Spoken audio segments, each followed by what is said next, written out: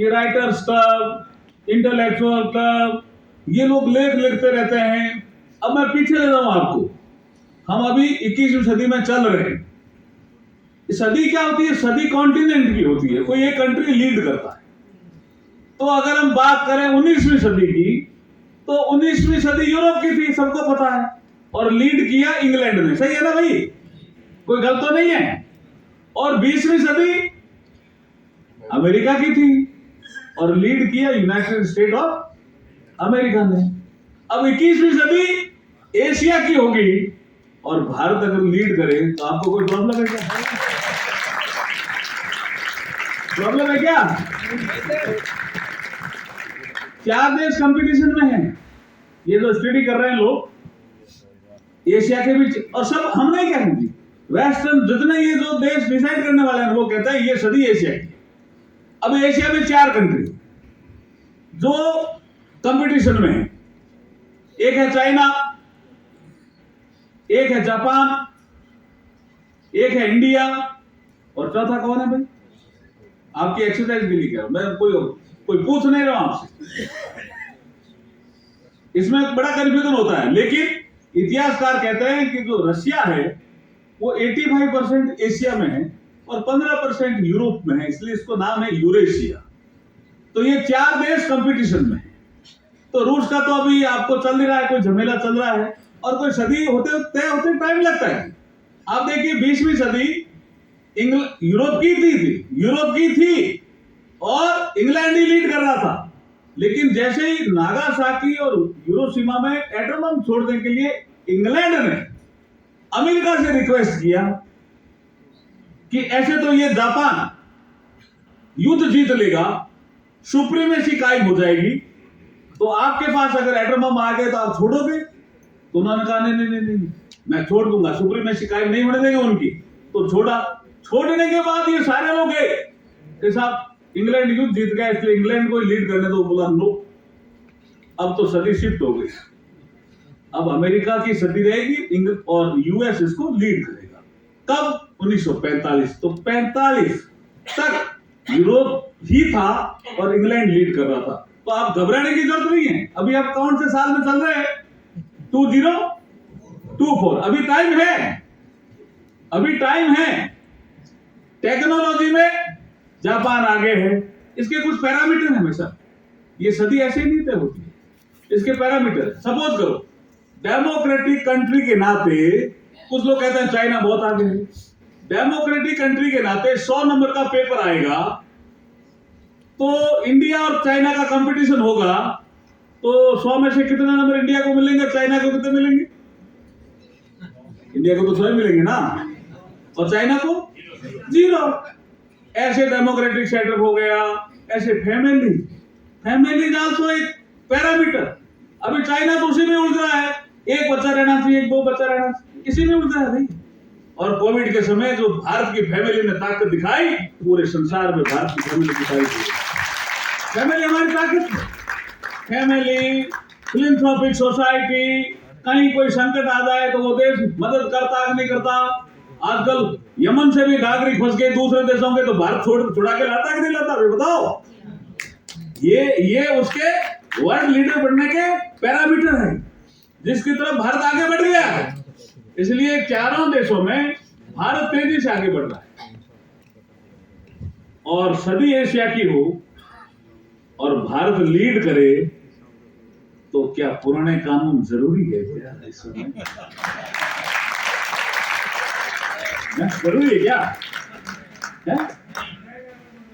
Yes. इसलिए प्रधानमंत्री जी ने कहा लाल किले की प्राचीर से, यही समय है, सही समय है भारत का अनमोल। इसलिए कोई आपको पूछे अभी क्यों ला रहे हो, इसलिए जरूरी। समझ आया कि नहीं आया? आपके आया क्या? तो जोरदार ताली बजा दो।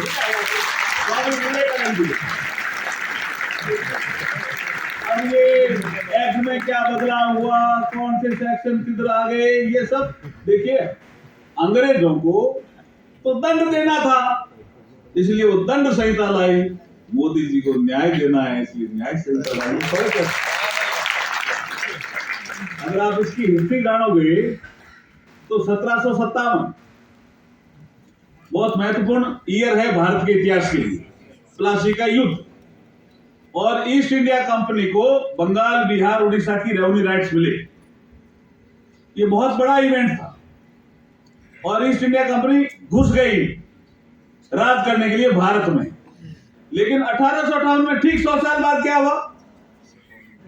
ठीक 100 साल बाद क्या हुआ? कानून ही उसमें, देखिए कानून बहुत महत्वपूर्ण रोल अदा करता है भारतीय इतिहास के विकास में, जूरिस्प्रूडेंस के डेवलपमेंट में, सोसाइटी में।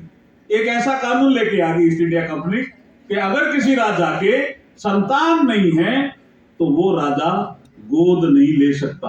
राजाओं को लगा अरे हमारी तो संतान नहीं है, हमारा राज्य तो ये ले लेंगे अंग्रेज। तो उस कानून के खिलाफ आंदोलन था। अंग्रेजों ने उन्होंने गदर कह दिया, वो कह दिया, लेकिन वो हमारा स्वतंत्रता संग्राम का पहला आंदोलन ठीक 100 साल बाद। और जैसे ही आया 1857 वाला, 1757 ठीक 100 साल बाद 1857, तो 1858 में एक्ट आना शुरू हुआ, कोडिफिकेशन। हमें राज करना है, लंबे समय तक भारत को राज करना है। तो मैकाले और सब ये आयरिश पेनल कोड था। कोई दिमाग नहीं लगाया उन्होंने, आयरिश पेनल कोड को इंडियन पेनल कोड कर कोडिफिकेशन करना था, जल्दी जल्दी में करो भाई। और हम उसको ढोरे थे।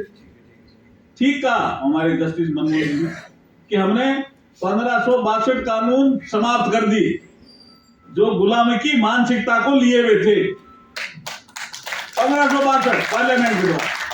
और ये जो कानून है इसमें संशोधन किया हमने, नए बनाए हैं, भारत की आवश्यकता के अनुरूप बनाए हैं।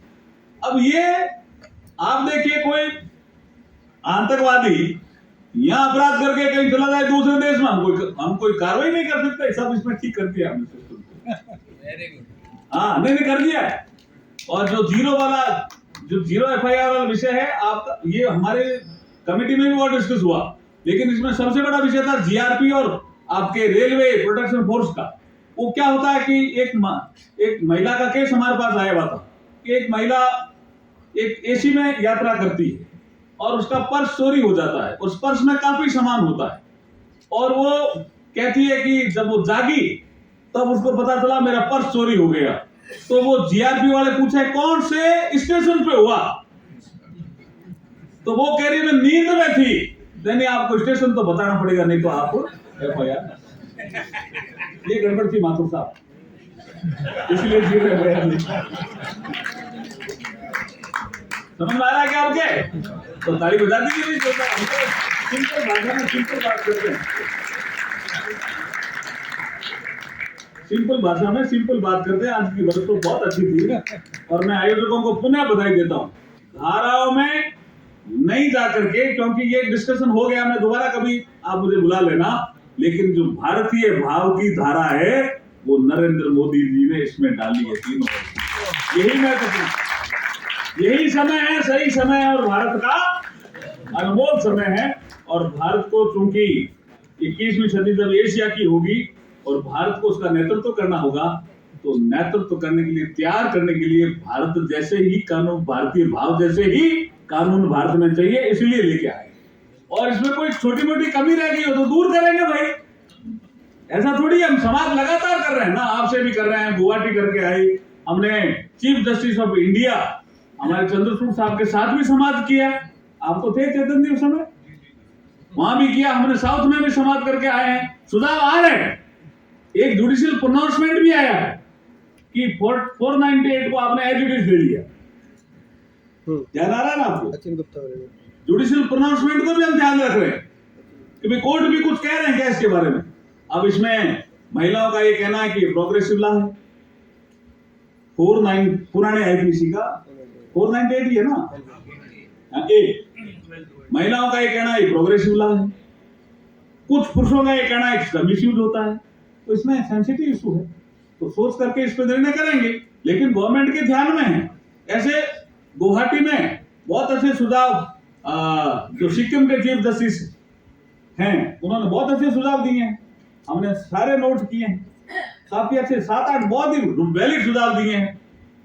ऋषिकेश जी थे उसमें, हमारे सुप्रीम कोर्ट के ऑनरेबल जज, उस मीटिंग में। इसलिए लगातार हम वर्कशॉप, अवेयरनेस, सिंपोजियम इसलिए मैंने इनको